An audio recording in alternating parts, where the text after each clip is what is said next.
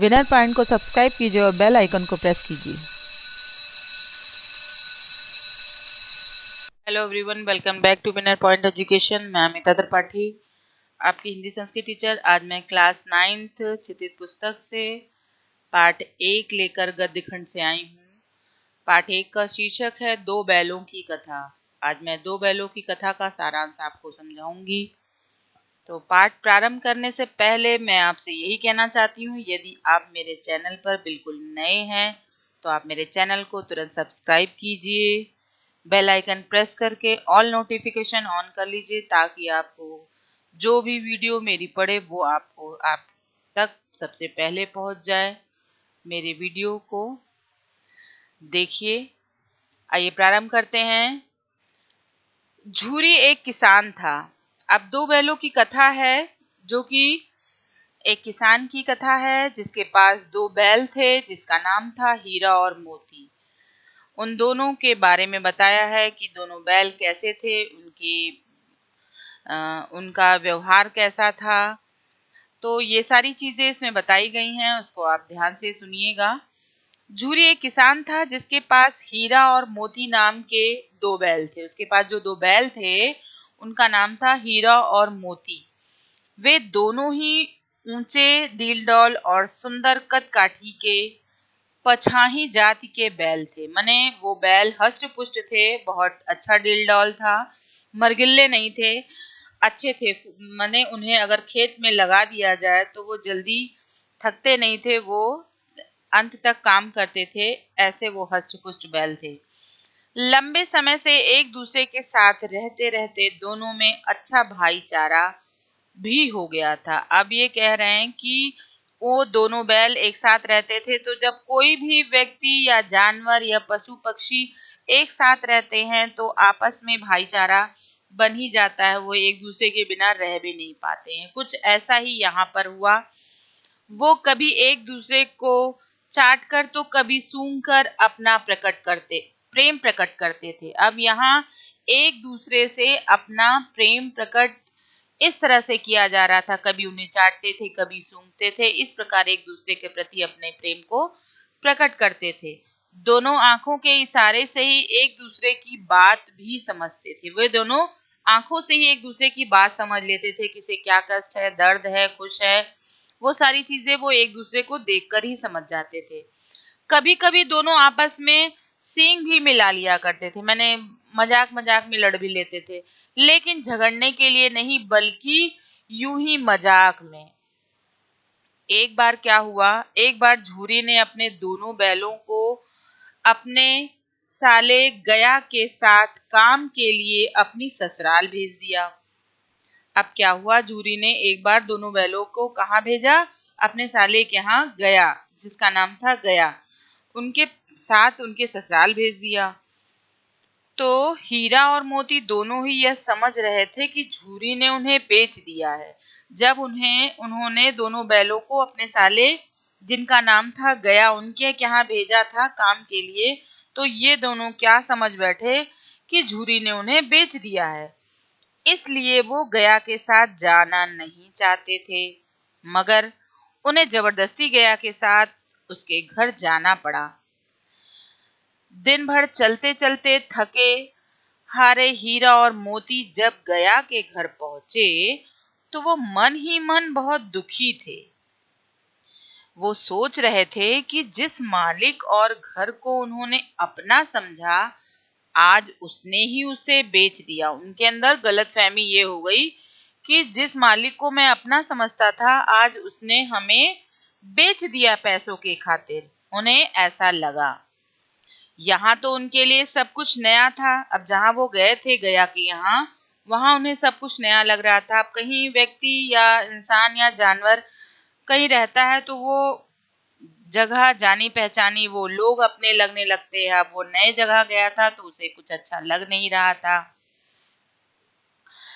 अब दोनों ने अपनी मूक भाषा में एक दूसरे से बात की और रात होने पर जब सब लोग सो गए तो दोनों ने अपनी अपनी रस्सियां तोड़ डाली और अपने घर की तरफ चल दिए।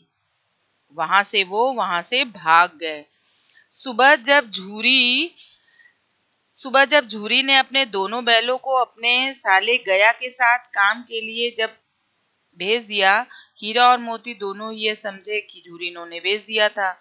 तो जब सुबह झूरी उठकर बाहर आया तो अपने दोनों बैलों को दरवाजे पर देखकर खुश हो गया।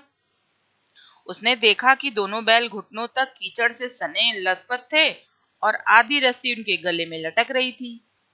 दोनों की आंखों में उसके लिए गुस्सा और स्नेह दोनों था। मैंने उन्हें गुस्सा भी आ रहा था कि इस तरह से उन्हें नहीं आना चाहिए था, और प्रेम भी आ रहा था क्योंकि भाई वो इतने दिन उनके साथ रहे थे, तो उन्हें भी कहीं ना कहीं उनकी याद आ रही थी। झूरी ने दौड़कर दोनों बैलों को गले से लगा लिया। मैंने उनका प्यार उमड़ पड़ा और अपने दोनों बैलों से वो गले लग लिए। लेकिन झूरी की पत्नी बैलों को अपने दरवाजे पर देखकर नाराज हो गई और उन्हें नमक हराम कहकर गालियां देने लगी। उसने गुस्से में बैलों के आगे सूखा चारा डाल दिया। अब उनकी पत्नी क्यों नाराज हुई? क्योंकि भाई वो उनके भाई के यहाँ से भाग के चले आए थे, क्योंकि उनको भाई के यहाँ काम के लिए भेजा गया था और वहां से वो रस्सी तोड़ा कर चले आए थे। तो वो नाराज थी और नाराज के चलते उन्होंने उसे क्या दिया था? सूखा चारा दिया था।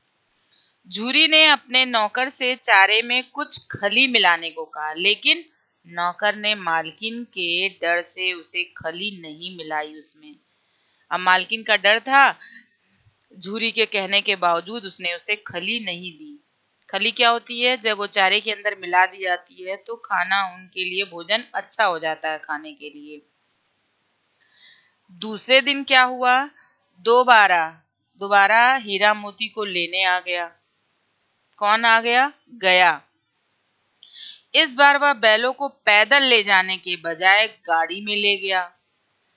अब दूसरे दिन जो गया उनका साला था, वो दोबारा हीरा मोती को लेने आया। इस बार वह पैदल ले जाने के बजाय गाड़ी में ले गया ताकि वह उसे परेशान ना कर सके, क्योंकि पहली बार जब वो ले जा रहा था तो वो परेशान हो गया था रास्ते में एक दो बार मोती ने गाड़ी को खाई में गिराना चाहा, लेकिन हीरा ने उसे ऐसा करने से मना कर दिया।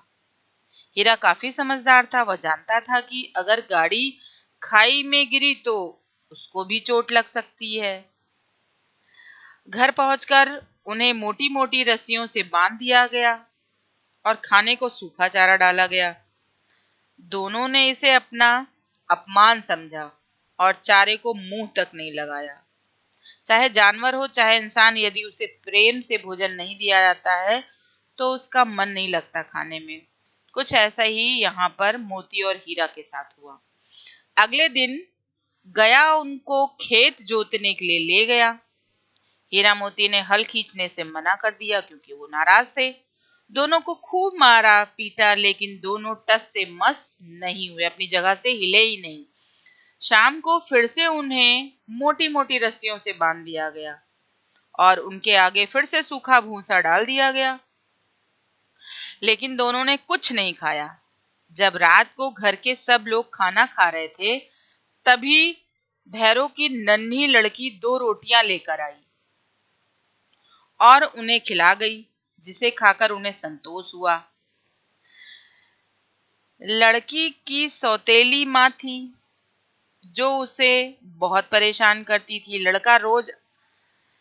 लड़की रोज आती और उन्हें 2 रोटियां खिला जाती।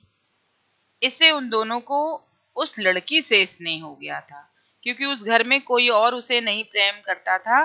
बस वो लड़की थी जो रोज उसे 2 रोटी दे देती थी।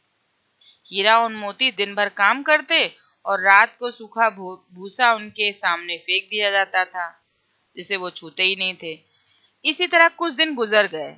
जब कुछ दिन व्यतीत हुए तो एक रात दोनों ने रस्सियां तोड़कर भागने की तैयारी पुनः कर ली। वो रस्सियों को तोड़ने के लिए उसे चबाने लगे, मगर रस्सी काफी मोटी थी, इसलिए वो आसानी से नहीं टूटी। तभी वो लड़की आई और उसने दोनों की रस्सियां खोल दी, किंतु हीरा मोती लड़की के स्नेह के कारण नहीं भाग सके। जानवरों को भी इंसान से स्नेह हो जाता है यदि उन्हें प्रेम दिया जाता है। लड़की ने अचानक शोर मचाना शुरू कर दिया। लड़की की आवाज सुनकर हीरा मोती भाग खड़े हुए।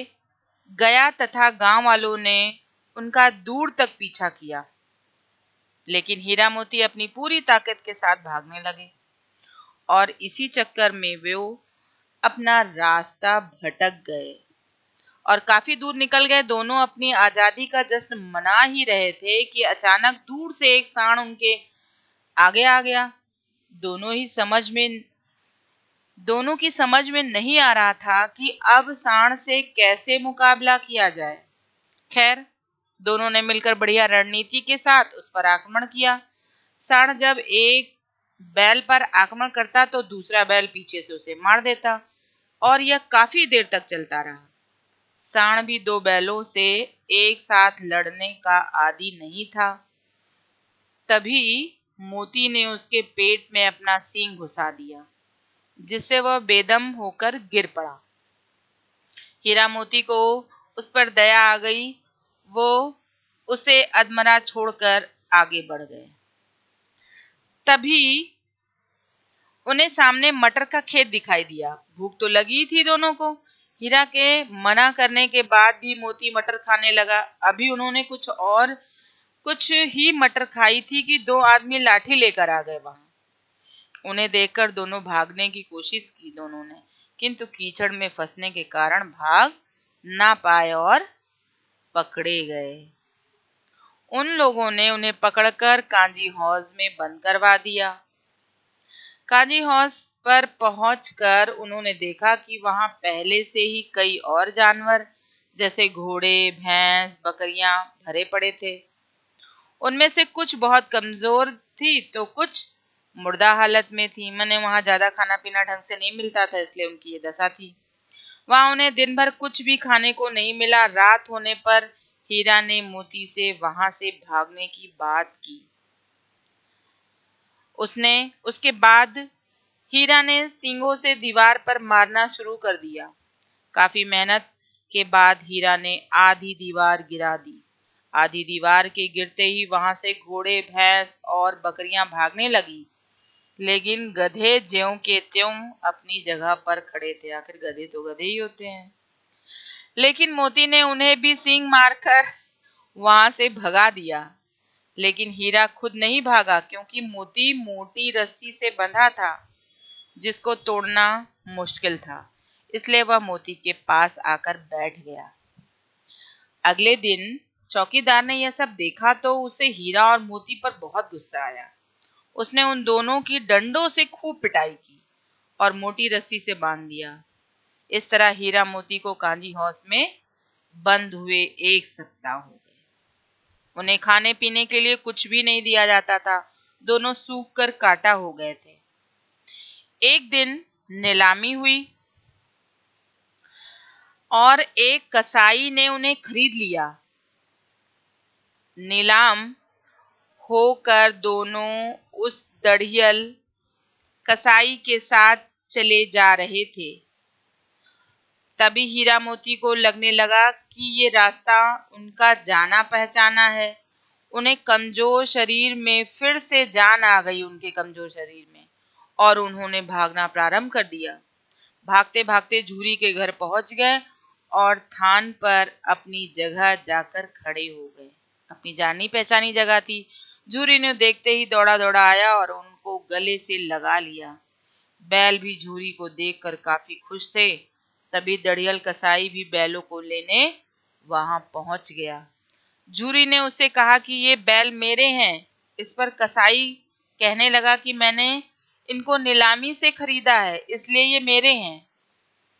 और वह बैलों को जबरदस्ती ले जाने के लिए जैसे ही उनकी तरफ बढ़ा, मोती ने उसे सींग से मारना शुरू कर दिया और फिर उसे भगा भगा कर गांव से बाहर कर दिया। उसके बाद झूरी ने नादों को खली, भूसा, चोकर और दानों से भर दिया। क्योंकि इतने दिन बाद आए थे हीरा मोती उसे चाव से खाने लगे। इतने में मालकिन ने आकर दोनों के माथे चूम लिए। अब मालकिन को भी एहसास हो गया था कि हीरा मोती के बिना उनका काम नहीं चल सकता था। तो आपने देखा कि जब एकता होती है आपस में, हीरा मोती ने किस तरह से कसाई को मार भगाया और अपने मालिक के प्रेम के चलते वो वहाँ से किसी भी हालत में आ गए और अपनी जगह उन्होंने फिर से पा ली। तो आपको वीडियो कैसा लगा?